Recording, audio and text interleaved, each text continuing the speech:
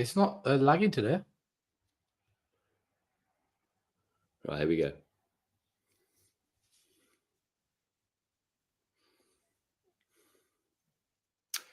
Hello, everyone. Welcome to It's Not Just Cricket live on the Cricket Smash YouTube channel.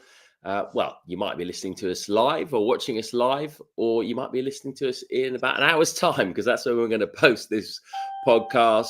My doorbell's just gone. Hopefully my girlfriend will go and get that right now. I've got a couple of deliveries on the way, but we're going to talk about what we just saw in Brisbane, because geez, that was depressing, wasn't it? Yesterday we showed a little bit of fight. We also didn't show some fight at times as well. We're going to get into that too. But today was just a little bit soul destroying, wasn't it? So Australia finished the day 44 ahead, 6 down. England had a chance under the lights, got a couple of wickets, and then Australia got back on the front foot. And I don't know what you think, Azeem, but I think it's very hard for England to get back in this game from here. I think we needed to bowl Australia out tonight. We had a small chance of doing that. I think we needed to bat a lot longer than we did as well, to give us a chance with a newer ball under lights, because we're bowling with an old ball under lights, which is not quite as good. But a lot went wrong today. 5 drop catches. We didn't bowl well at all again. How do you see it at the moment? Can you see England getting back in this game? I know it's only 44 runs, but it's going to be flat tomorrow. You know, like daytime, we've seen it's so much easier to bat. And if England have to go in and bat under the lights against a new ball, against Stark, good luck. Well, if I was looking at the match situation, I would say England has a chance. But if I was looking at the way England go about it, I think England has no chance. I am beyond anything I can put together to what mindset or what thought process England goes through when they're batting, bowling, or fielding. Period. What that was today was just completely and utterly embarrassing. They were, England bowled 6 at one point with a pitch graph. They bowled 61.5% in the short bit. Under the lights, going into that last session, everyone's talking about got to pitch it up. Got to put them under pressure, try and get wickets. It's a crucial session. If we win this session, we're in the game. And I was thinking, please, England, don't do what you always do. Don't run in and bowl short. Genuinely thinking that that's stupid that they will. They've come out there and they're banging it halfway down. Cars is going at nearly 10 and over. Field spread everywhere. Players just walking around. I mean, this is the second test match. We're not at Sydney yet. You normally see this really back end of Ashes series. As a match situation, England has a chance, because the reality is this is a very, very average Australian team.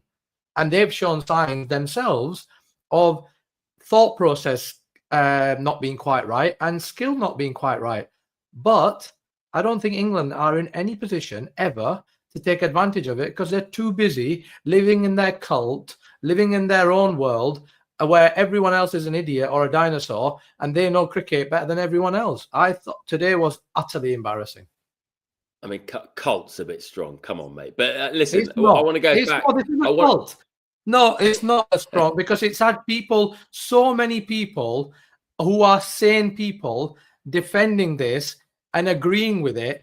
There was absolutely, I mean, I can't put my head to how the hell someone goes out there in that third session and starts banging it halfway down and saying that that was the right way to go about it. Well, let's talk about that. I mean, I was trying to think about that as well. And I just wonder whether that first innings in the first test match, when we just blew them away with pace, the bowls were fresh, and they did bowl short then as well, and it worked.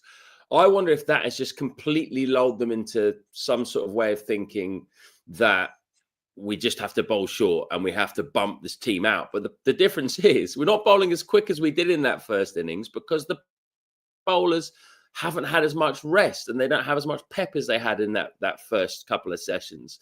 And you've got to adapt to conditions. Bowling under the lights with a pink ball is totally different, isn't it? Like every time we pitched it up, when he pitches up to Josh English, Ben Stokes, he bowls him, right? I think at one point there was a graphic flashed up, and we had hit the stumps 20 times out of 359 balls. That's astonishing. Well, that there tells you. I mean, that start everywhere, but that tells you everything. But you say that the bowlers have not had a rest, and I think that sometimes where you try and find a reason as to what actually they've not played enough cricket.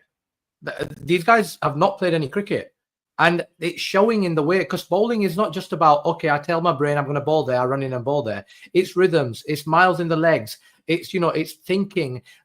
I mean, who would have thought it, right? You do the same things over and over again, you're going to get the same results. England look underprepared, they look out of a gallop. But even with all of that, that thought process, that thing about being lulled into, thinking that they were going to blow Australia away, I think they're lulled into thinking that they're going to do what no one's ever done, and they're going to do whatever they want to do, and in the end, they'll find a way to win the match. I don't know where that comes from, because it doesn't come from data, it doesn't come from facts, and that's why I'm calling it a cult. Harry Brook is a great example of it. Yesterday there was a guy who got his 40th Test 100 yesterday, and I don't know if anyone saw how he went about it. Maybe just maybe, might be worth looking at him and going, you know what? Why don't we just copy him? 40th Test 100. He's one of the best we've ever produced. Stokes, McCullum, Key, the whole setup. This was coming. I'm sorry, this was coming. You cannot disrespect the game the way these guys continue to do it. They didn't use the 12 days. You can't just throw away all basics of the game. And, Matt Pryor has been on, which has been a good addition.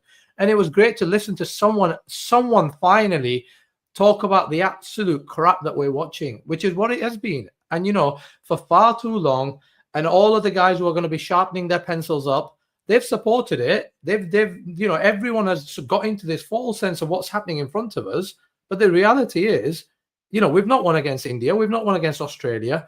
And actually, as I've kept saying, we'll look back at this time as a missed opportunity, because those teams are not that strong. Australia looked dross in the field. They look terrible on the first day. They left lying out. Their thought process looks all over the place. We're making them look like the best team in the world. Yeah, I mean, if we lose 5-0 to this Australia side, it would be ridiculous, because you're right, they are a poor Australia side. But that could happen from here. I mean, look, obviously, the bowling was not good. The fielding was very poor. You can't drop 5 catches. But for me, it's the batting is the biggest problem. For me, it's the batting. Now, if you look at the conditions in this day-night test match, it is so much easier to bat in the day. You need to have set batters coming in under the lights. If you don't have set batters coming under the lights, you're in trouble, right? We saw that today, even with England getting a couple of quick wickets. It's hard to start under the lights. Now, I wonder if we're going to look back at this test match, and the 2 key wickets probably will be Harry Brook, when he was set and he got out just before twilight with a wafty drive off Mitchell Starc. Again, why can't we just see out Mitchell Starc? Because, at the other end, it's like the old Ilford second 11 at the other end and World 11 from his end. The old quote that Graham Gooch said about Richard Hadley, I think it was. Why can't we just bat with a bit of nous? So that wicket, then Stokes comes in. Stokes does very well, and then there's a run out. And, run out, these things happen, but you can't have a run out in a game like this. If Stokes had managed to stay in, he was looking good. If we'd got to the first day 5 or 6 down, and then we could have batted today for a session and a half, say, would have made a huge difference in this game. Not just with the runs, obviously, but then you're bowling at the right time with the new ball under the lights. And it seems like we've just handed the advantage to Australia, now given them the best of the conditions. Tomorrow, they're going to bat with a ball that's a bit soft initially. It's not going to be doing much. It's going to be flat. They're going to be able to bat possibly for a session and a bit. And that means that when the lights come on, their bowlers will have a newer ball. It's not rocket science. You've got to make use of the conditions. Yeah, well, you say it's not rocket science. It seems to be for this England team and this England, this England environment. It's as if they get together and they go, "What's the normal thing to do?" I'm sure they don't, but with every decision, it feels like they get together and say, "What's the normal thing to do? What does everyone think is the right way?" Right, we're going to do the total opposite. At this stage, how else can you describe everything? You talk about batting, talk about bowling, different captaincy, coaching, messaging, you name it. There is not a single thing that you're looking at and going, there's a saying called cricket's a simple game complicated by idiots. And I'm sorry, that everything I have seen leading up to it, during the match, it is a game that's been complicated. And it's no surprise. It's not the first time we've seen Harry Brook do it. I've kept banging on about it. Every time I post about that, you get this pushback of, yeah, but he averages 56. Yes, he averages 56. Yes, he's absolutely brilliant. But tell me, if you think that someone who's going to run down the wicket, hit over extra cover at 39 for 3, they're going to do that consistently and win you Test series against the best in the world, I'm happy to put my house on it that he will not. So, and he's your second best player in the world. This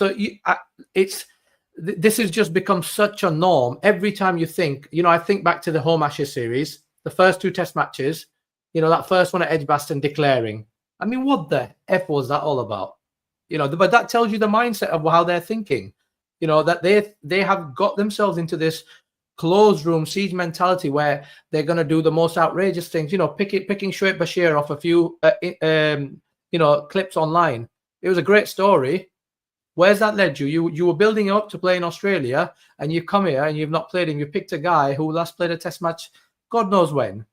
What were you thinking?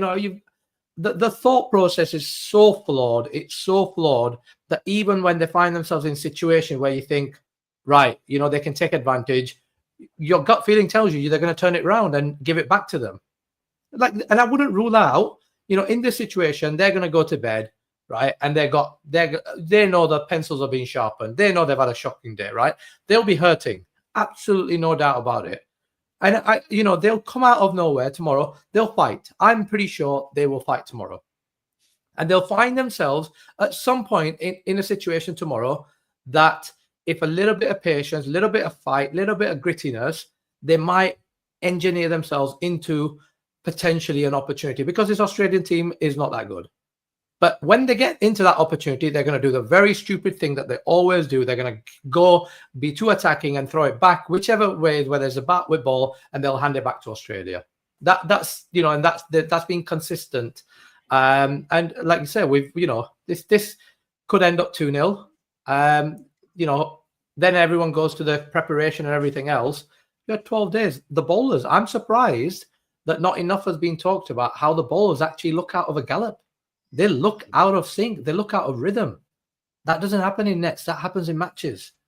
Yeah, and paces are down as well a little bit. You can see too. I mean, look, for all of this, all this negativity, right? As you say there, England will probably show a bit of fight tomorrow. And actually, look, they're only 44 ahead.